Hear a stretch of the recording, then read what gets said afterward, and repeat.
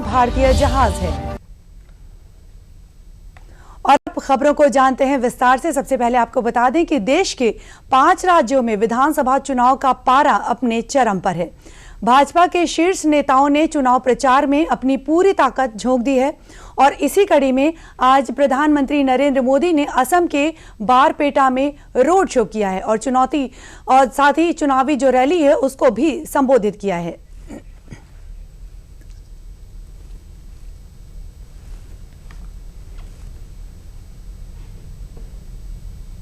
आज भाजपा का स्थापना दिवस है।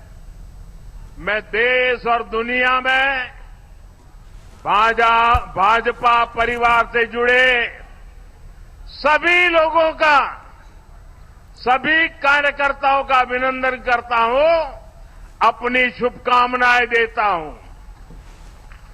राष्ट्र प्रथम के मंत्र के साथ हम सभी मां भारती की सेवा में जुटे हुए हैं। हमारा संकल्प देश को विकसित बनाना है, हिंदुस्तान को आत्मनिर्भर बनाना है। असम की जनता ने इस बार 2 काम पक्के कर लिए हैं। एक, असम में बीजेपी एनडीए सरकार की हैट्रिक लगेगी और दूसरा काम क्या है करने वाले, पता है आपको? पता है? मैं बताता हूं। और दूसरा काम जो होने वाला है, कांग्रेस के शाही परिवार के जो नामदार है ना, जो दिल्ली में बैठे हैं, असम के चुनाव के नतीजे के बाद उनकी हार की सेंचुरी का रिकॉर्ड भी असम के लोग ही बनवाएंगे। साथियों, देश के जिन 1-2 राज्यों में उंगली पर गिन लो इतने से ही कम, सिर्फ 1-2 राज्यों में ये कांग्रेस की सरकारें बची हैं। वहां कांग्रेस कभी जनता के बीच अपना रिपोर्ट कार्ड लेकर नहीं जाती, जबकि बीजेपी सरकार साफ नियत से जनता को बताती है कि हमने जनता की सेवा के लिए क्या किया। और साथ ही आपको ये भी बता दें कि पीएम मोदी ने भाजपा के 47वें स्थापना दिवस पर कार्यकर्ताओं को शुभकामनाएं दी। पीएम मोदी ने कहा कि पार्टी हमेशा राष्ट्र प्रथम के सिद्धांत से प्रेरित होकर समाज सेवा में अग्रणी रहा है। साथ ही उन्होंने ये भी कहा कि भाजपा कार्यकर्ता निस्वार्थ सेवा, अटूट समर्पण और सुशासन के प्रति गहरी प्रतिबद्धता के लिए जाने जाते हैं। पीएम मोदी ने उन अनगिनत कार्यकर्ताओं को भी याद किया जिनके समर्पण और बलिदान में दशकों से पार्टी के विकास को आकार दिया है। पीएम मोदी ने कहा कि 2029 के चुनावी नारी शक्ति वंदन अधिनियम की भावना के तहत इसके लिए प्रयास भी किए जा रहे हैं। भारतीय जनता पार्टी ने वडोदरा में 1994 में महिला आरक्षण का प्रस्ताव पारित किया था। हमने ये भी तय किया था कि संगठन में ज्यादा से ज्यादा महिलाओं को आगे बढ़ाएंगे और सरकार में आने के बाद हमने महिला आरक्षण का अपना वायदा पूरा करके दिखाया। अब हम पूरी शक्ति से जुटे हैं कि साल 2029 में नारी शक्ति वंदन अधिनियम की भावना के अनुरूप ही चुनाव हो। साथ ही आपको ये बता दें कि लखनऊ में भाजपा प्रदेश अध्यक्ष पंकज चौधरी ने स्थापना दिवस पर कार्यकर्ताओं को बधाई देते हुए कहा कि उनके त्याग और मेहनत से पार्टी को पूर्ण बहुमत मिला है। साथ ही उन्होंने 2027 विधानसभा चुनाव में जीत की हैट्रिक का दावा भी किया है। विपक्ष पर निशाना साधते हुए कांग्रेस पर समाज को बांटने और राहुल गांधी पर बयानबाजी को लेकर जवाब देने की बात कही है। वहीं अखिलेश यादव पर ईवीएम को लेकर आरोप लगाने की आदत का तंज भी कसा है। पंकज चौधरी ने कहा है कि भाजपा की डबल इंजन सरकार जनता की सेवा में जुटी है और प्रदेश की जनता गुंडा राज की वापसी नहीं चाहती। पंचायत चुनाव को लेकर उन्होंने कहा कि सरकार पूरी तरह से तैयार है और आगे भी आने वाले समय में आज के स्थापना दिवस के दिन हम सब संकल्प लिए हैं कि उत्तर प्रदेश में 2027 के चुनाव में पुनः हैट्रिक लगाने का काम हम करेंगे। मल्लिकार्जुन खड़गे ने गुजरात की जनता को मूर्ख बताया है, क्या कुछ कहेंगे? देखिए, कांग्रेस हमेशा जाति के नाम पे, धर्म के नाम पर और क्षेत्र के नाम पर पूरे देश को बांटने का काम किया और मुझे बड़ा खेद होता है कि खड़गे जैसे वरिष्ठ नेता ऐसे भाषा का इस्तेमाल करते हैं और मुझे लगता है कि राहुल गांधी के इशारे पे वो ऐसा बोलते हैं, इसलिए राहुल गांधी को आ करके इसका जवाब भी देना चाहिए और गुजरात की जनता से माफी मांगनी। और इसके साथ ये भी आपको बता दें कि मुख्यमंत्री योगी आदित्यनाथ ने भाजपा के स्थापना दिवस पर गोरखनाथ मंदिर परिसर स्थित हिंदू सेवाश्रम में भाजपा का झंडा फहराया। मुख्यमंत्री ने अपने पार्टी सहयोगियों के साथ सेल्फी भी ली। गोरखपुर के सांसद रवि किशन और पार्टी के अन्य नेता भी उपस्थित रहे। कांग्रेस नेतृत्व की सरकार ने जो देश के साथ आजादी के बाद से ही विश्वासघात करना प्रारंभ किया था, ये विश्वासघात हर स्तर पर देश के अंदर ही परमिट सिस्टम लागू किया गया। जम्मू कश्मीर को अलग स्टेटस दे दिया गया। शेष भारत के लोग परमिट लेकर के वहां जाएंगे। पूर्वोत्तर के राज्यों में भी कुछ जगहों पर यह व्यवस्था लागू की गई। पहली बार कांग्रेस की इस पृथकतावादी सोच के खिलाफ आवाज उठाई थी और आवाज बुलंद की थी डॉक्टर श्यामा प्रसाद मुखर्जी ने। भारत का तिरंगा, भारत का विधान, भारत का संविधान और भारत का प्रधान पूरे देश का प्रधान होगा। भारत का संविधान पूरे देश में लागू होगा। भारत का तिरंगा भारत की आन बान शान का प्रतीक है। कोई राज्य ये नहीं कह सकता कि हम इसको नहीं मानते। हर भारतवासी पर बराबर लागू होता है। ये सपना भारतीय जनता पार्टी ने साकार किया है। ये सपना साकार किया है। कोई ये नहीं कह सकता कि ये नहीं बनेगा। राम भक्तों का संकल्प है तो भारत की आस्था को सम्मान मिलना चाहिए। राम मंदिर का निर्माण हमारे लिए केवल जन्म एक मंदिर के निर्माण का नहीं है, ये भारत के राष्ट्र मंदिर के निर्माण का है। आक्रांताओं के गुलामी के चिन्हों को समाप्त करके नए भारत ने जिस संकल्प को आगे बढ़ाया है, गुलामी के चिन्हों को हम स्वीकार नहीं करेंगे, विरासत का अपमान नहीं होने देंगे और विरासत और विकास का एक बेहतरीन समन्वय करके नए भारत का निर्माण हम आत्मनिर्भर और विकसित भारत के रूप में करेंगे। और आगे आपको ये बता दें कि इस मुश्किल और तनाव भरे माहौल में ओपेक प्लस तेल समूह के 8 देशों ने वैश्विक तेल बाजार में स्थिरता बनाए रखने के लिए मई में उत्पादन बढ़ाने का फैसला किया है। इन देशों ने उत्पादन में 2.06 लाख बैरल प्रतिदिन की बढ़ोतरी करने की घोषणा की है। साथ ही ओपेक प्लस समूह में शामिल देशों यानी कि सऊदी अरब, रूस, इराक, संयुक्त अरब अमीरात, कुवैत, कजाकिस्तान, अल्जीरिया और ओमान ने चेतावनी दी है कि तेल अवसंरचना पर हमलों से हुए नुकसान की भरपाई में काफी समय लगेगा। साथ ही आपूर्ति को पहले के स्तर पर लाना आसान नहीं होगा। साथ ही उन्होंने ये भी कहा कि ऐसे हमले और समुद्री मार्ग में व्यवधान की कीमतों को स्थिर रखने के प्रयासों को कमजोर करते हैं, जिससे उत्पादकों, उपभोक्ताओं और वैश्विक अर्थव्यवस्था पर असर पड़ता है।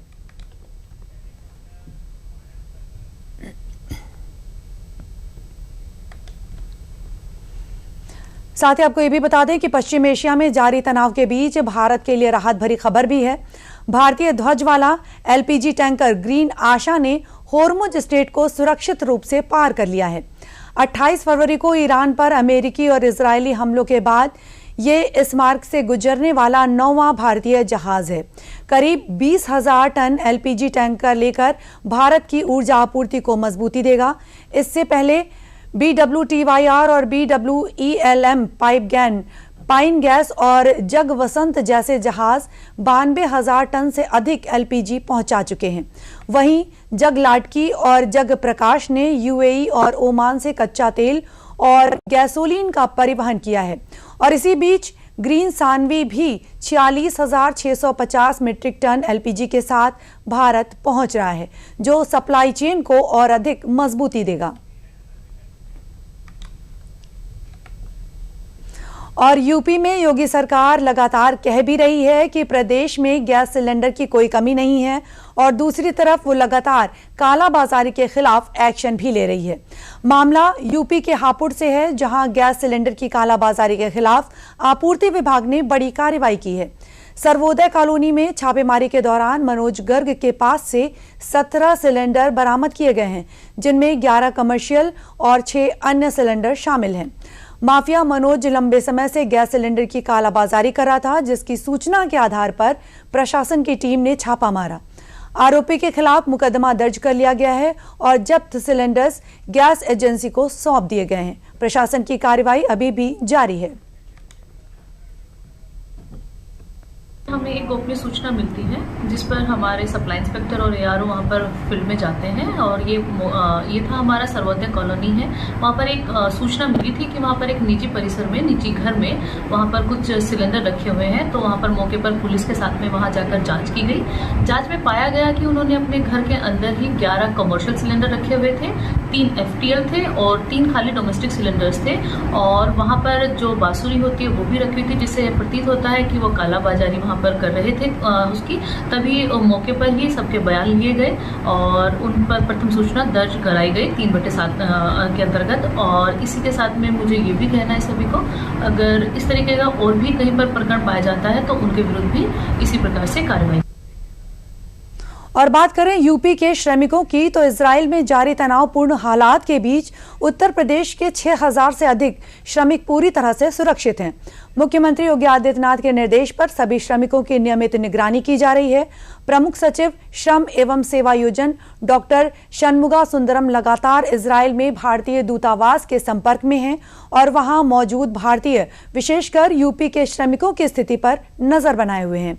दूतावास से प्राप्त जानकारी के अनुसार इजराइल में कार्यरत सभी भारतीय श्रमिक सुरक्षित हैं और फिलहाल किसी भी तरह की आपात की कोई स्थिति नहीं है और कोई बड़े खतरे की सूचना भी नहीं है।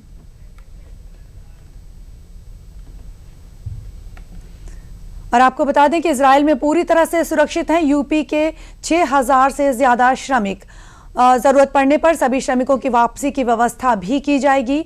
और इसके साथ ही सीएम योगी के निर्देश पर श्रम एवं सेवा योजन के प्रमुख सचिव डॉक्टर षणमुगा लगातार संपर्क में बने हुए हैं। इजराइल में भारत के राजदूत ने बताया कि यूपी के कुछ श्रमिकों ने वापस आने की जो आशंका जताई थी, उस पर भी वो खरे उतरे हैं। साथ ही हम आपको ये भी बता दें कि सरकार उनके साथ खड़ी है। अगर वो घर लौटना चाहते हैं तो उनकी हर संभव जो मदद है वो की जाएगी। इजराइल में भारतीयों की सहायता के लिए हेल्पलाइन भी सक्रिय किए जा चुके हैं। पूरी तरह से सुरक्षित है यूपी के 6,000 से ज्यादा श्रमिक। और ये भी बता दें कि बंगाल चुनाव में एक बार फिर पीएम मोदी ने कमाल संभाल ली है और उनकी रैलियों में जबरदस्त भीड़ और उत्साह भी देखा जा रहा है। पीएम मोदी ने हाल ही में बिहार चुनाव में एनडीए को प्रचंड जीत दिलाने में अहम भूमिका निभाई है। पीएम मोदी ने जिन जिन जिलों में चुनाव प्रचार किया है, वहां एनडीए को एक बड़ी जीत हासिल हुई है। बता दें कि 5 महीने पहले हुए बिहार चुनाव में 202 सीटों के साथ एनडीए की प्रचंड जीत हुई थी। भाजपा ने अकेले 89 सीटें जीती थीं। प्रधानमंत्री नरेंद्र मोदी ने 16 रैलियों में से एनडीए को 97 सीटें दिलाई थीं, जिनमें 44 नई सीटें थीं। पीएम का जो स्ट्राइक रेट रहा है वो 80% रहा है। और ये भी आपको बता दें कि पीएम मोदी ने बिहार में पूर्णिया, समस्तीपुर, बेगूसराय, मुजफ्फरपुर, छपरा और पटना समेत कुल 16 जिलों में चुनाव प्रचार किया। पीएम मोदी ने बिहार चुनाव में कुल 16 रैलियां की, जिनमें 122 विधानसभा सीटें कवर हुई थीं और इनमें से एनडीए ने 97 सीटें अपने नाम की थीं और सबसे बड़ी बात यह थी कि इनमें से 44 जो सीटें थीं वो नई थीं। और 5 महीने पहले हुए बिहार चुनाव में 202 सीटों के साथ एनडीए की प्रचंड जीत हुई थी। बीजेपी ने अकेले 89 सीटें जीती थीं और इसके साथ ये भी बता दें कि सीएम योगी ने भी 80% स्ट्राइक रेट के साथ 98 सीटें जितवाई थीं। बिहार में सीएम योगी की रैलियों, सभा और रोड शो की काफी डिमांड रही है। बिहार के बड़े बड़े नेता भी अपने विधानसभा क्षेत्र में योगी की जो रैली है वो कराना चाहते हैं। लॉ एंड ऑर्डर को लेकर उनकी जो सख्त मुख्यमंत्री की जो छवि है वो बरकरार है। यूपी में एनकाउंटर और बुलडोजर की वजह से क्राइम जो है वो कंट्रोल हुआ है और इसीलिए पड़ोसी जिले में भी योगी की छवि बेहतर बनी हुई है। आपको बता दें कि सीएम योगी का जबरदस्त स्ट्राइक रेट, कुल रैलियां 25, सीटें कवर 122 और एनडीए ने जीता 98 सीटें जो है एनडीए से जीती गईं। और इसके साथ ये भी बता दें कि सीएम योगी का जो जबरदस्त स्ट्राइक रेट है उसमें अररिया, सुपौल, मधुबनी, पूर्वी चंपारण, पश्चिमी चंपारण, गया, सीतामढ़ी, रोहताम, दरभंगा, गोपालगंज, लखीमसराय और साथ ही सिवान, समस्तीपुर, भोजपुर, वैशाली और बक्सर रहा है। एक बार और आपको ये बता दें कि आजमगढ़ में एक निजी विद्यालय के वार्षिकोत्सव में कैबिनेट मंत्री ओम प्रकाश राजभर ने शिरकत की और छात्रों को देशभक्ति और अच्छे संस्कार अपनाने की सलाह दी। इस दौरान मीडिया से बात करते हुए उन्होंने विपक्ष पर तीखा हमला बोला। सपा के लखनऊ प्रदर्शन को उन्होंने ड्रामा बताया और दल बदल के आरोपों को खारिज किया है। उन्होंने कहा है कि सपा, बसपा और कांग्रेस कई बार पलटी मार चुकी है, जबकि उनकी पार्टी ने केवल 2 बार ही ऐसा किया है।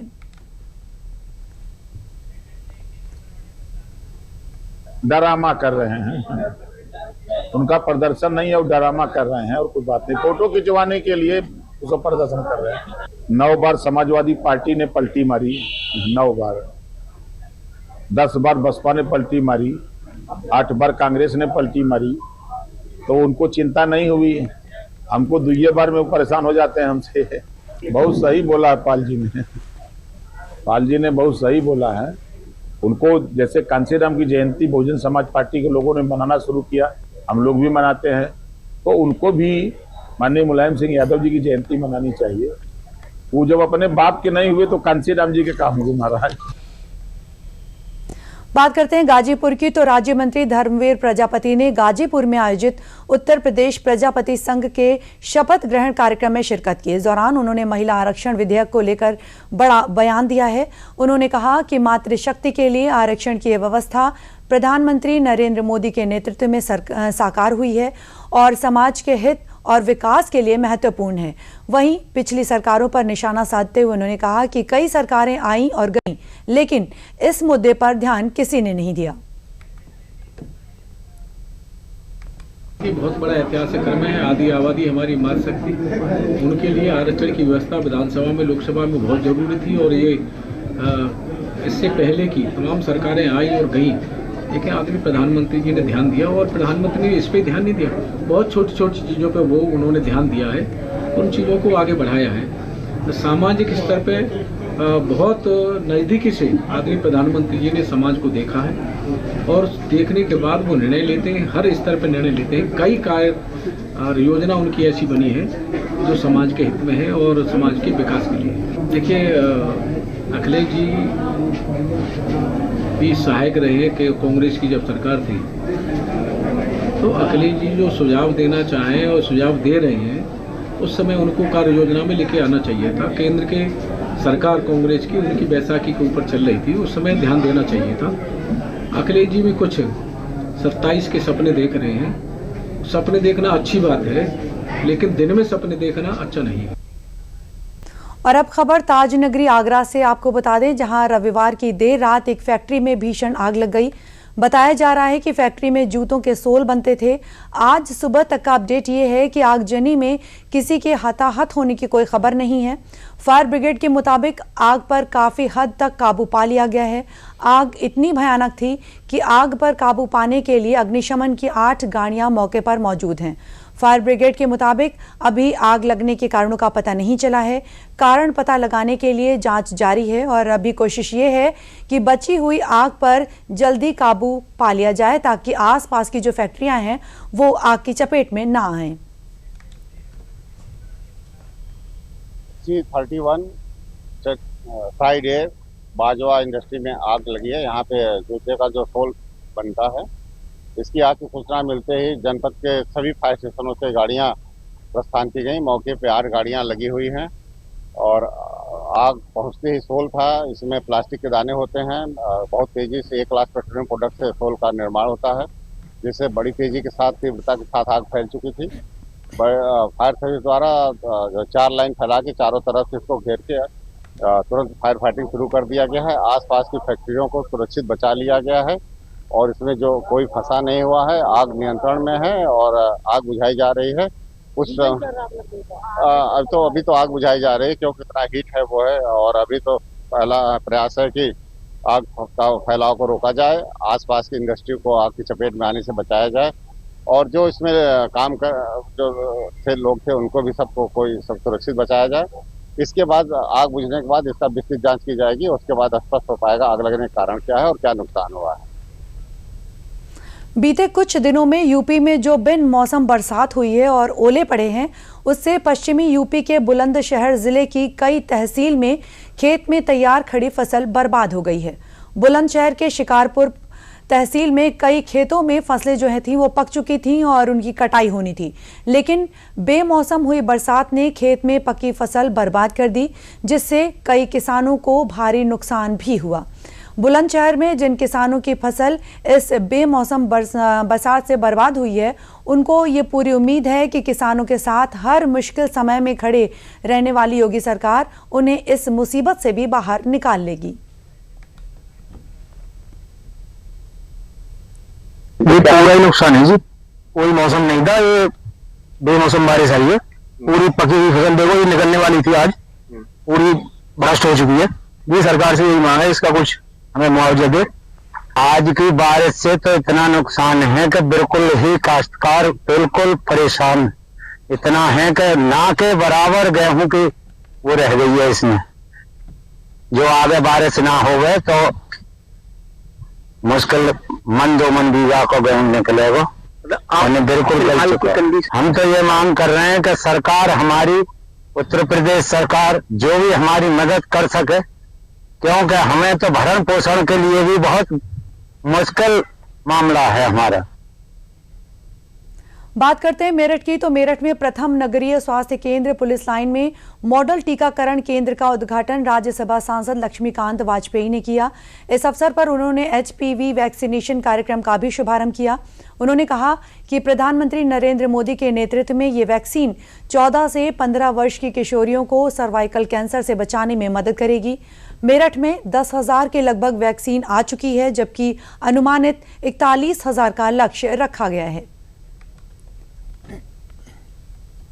HPV वैक्सीन का मतलब है कि बेटियां गर्भाशय कैंसर से मुक्त। एक वैक्सीन लग जाने के बाद 95% बेटियों को किसी प्रकार का गर्भाशय कैंसर होने की भविष्य में भी संभावना नहीं।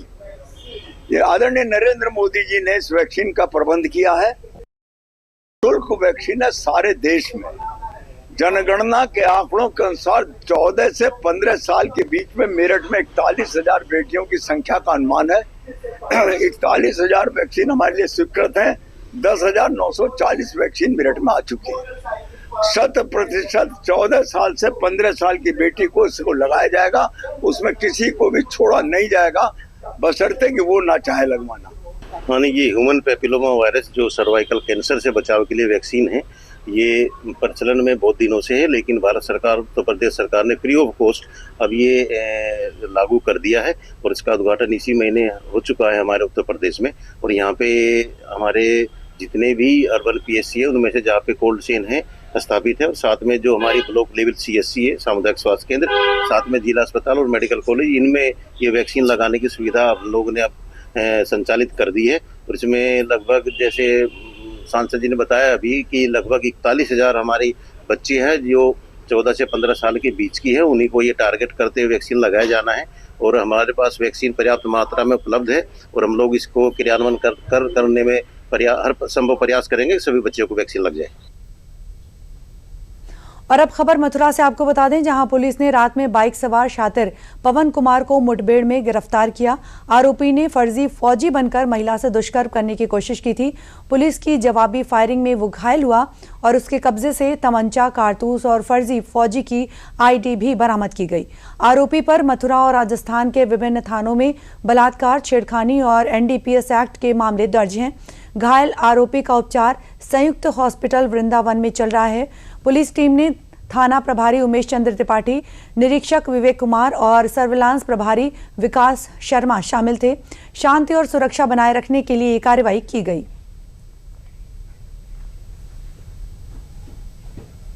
और इसी के साथ खबर दोपहर में बस इतना ही। दीजिए इजाजत, नमस्कार।